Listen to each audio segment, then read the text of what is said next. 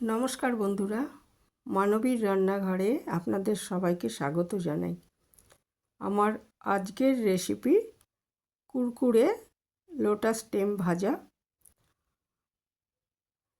তো এটা lotus stem হচ্ছে প্রচুর ফাইবার রয়েছে, কাজেই এটা সবাই খেতে পারেন আর খুবই ভালো লাগে খেতে। এবং মানে যাদের আলু চলে না, তারা এই আলুর চিপস চলবে না, তাদেরও এটা খাওয়ায় কোনো বাধা নেই। আর লোটাস স্টেম কিন্তু হাই ফাইবার থাকার কারণে খুবই উপকারী, মানে যাদের রক্ত কম বা ক্যান্সারও এটা প্রিভেন্ট করে। তো আসুন দেখে নিই যেটা আমি কিভাবে করেছি। আমার ছাদে হাইব্রিড পদ্ম লাগানো আছে, তো এই টিউবার এই সময়টা রিপোর্টের সময় রিপোর্ট করে দিতে হয়, না হলে ফুল হয় না। তো রিপোর্ট করেছি এবং কিছু লাগিয়েছি, আর এই স্টেম আমি কিছু বিভিন্ন রেসিপি বানাই। তো আজকে আমি যেটা দেখাচ্ছি সেটা হচ্ছে লোটাস স্টেমে ফ্রাই বলতে পারেন বা চিপস বলতে পারেন। তো এটা লোটাস স্টেম আমি প্রথমে এটাকে খুব ভালো মতো পরিষ্কার করে নেব, কাদায় থাকে তো এটা ভালো মতো ধুয়ে নেব। নিয়ে এরকম টুকরো করে নিয়েছি, শিকড় বা ওই ধরনের জিনিস যেগুলো ছিল বাদ দিয়ে দিয়েছি। তারপরে এটাকে আমি খুব ওই ডাটার আঁশ যেমন ছাড়াই ওইভাবে ছাড়িয়ে নিয়েছি। পাশটা দেখুন একদম পরিষ্কার, আর পরিষ্কার করে নিয়েছি। আর তারপরে খুব পাতলা করে, যতটা পাতলা সম্ভব এটা কেটে নিয়েছি আর কি। তারপরে এরপরে আমি পরিমাণ মতো নুন, হলুদ আর একটু লঙ্কা গুঁড়ো এর মধ্যে মাখিয়ে নেব।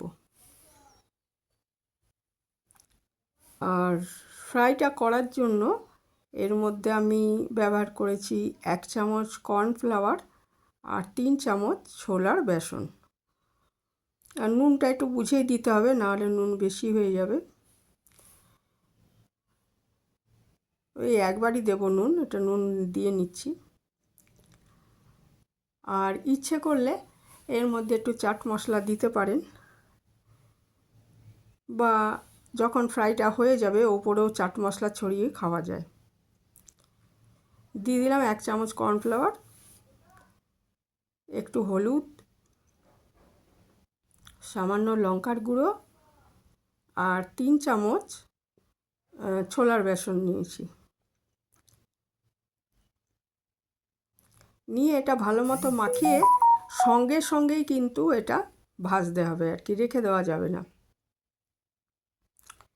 তারপরে একটা কড়াইতে তেল গরম করে, সাদা তেল নিয়ে নিয়েছি, খুব ভালো মতো গরম করে এর মধ্যে এগুলো আস্তে আস্তে ফ্রাই করে নেব।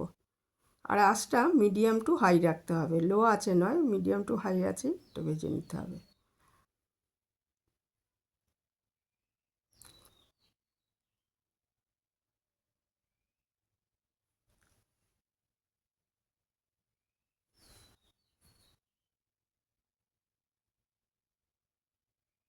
আস্তে আস্তে আমি এগুলোকে ভেজে নিচ্ছি।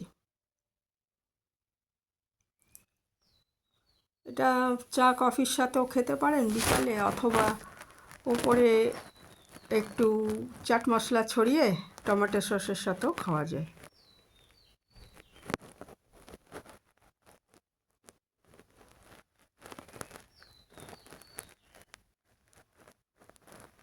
আর এক পোস্ত ভাজা হয়ে গেছে, আরও বাকিগুলো ভেজে নিচ্ছি এইভাবে।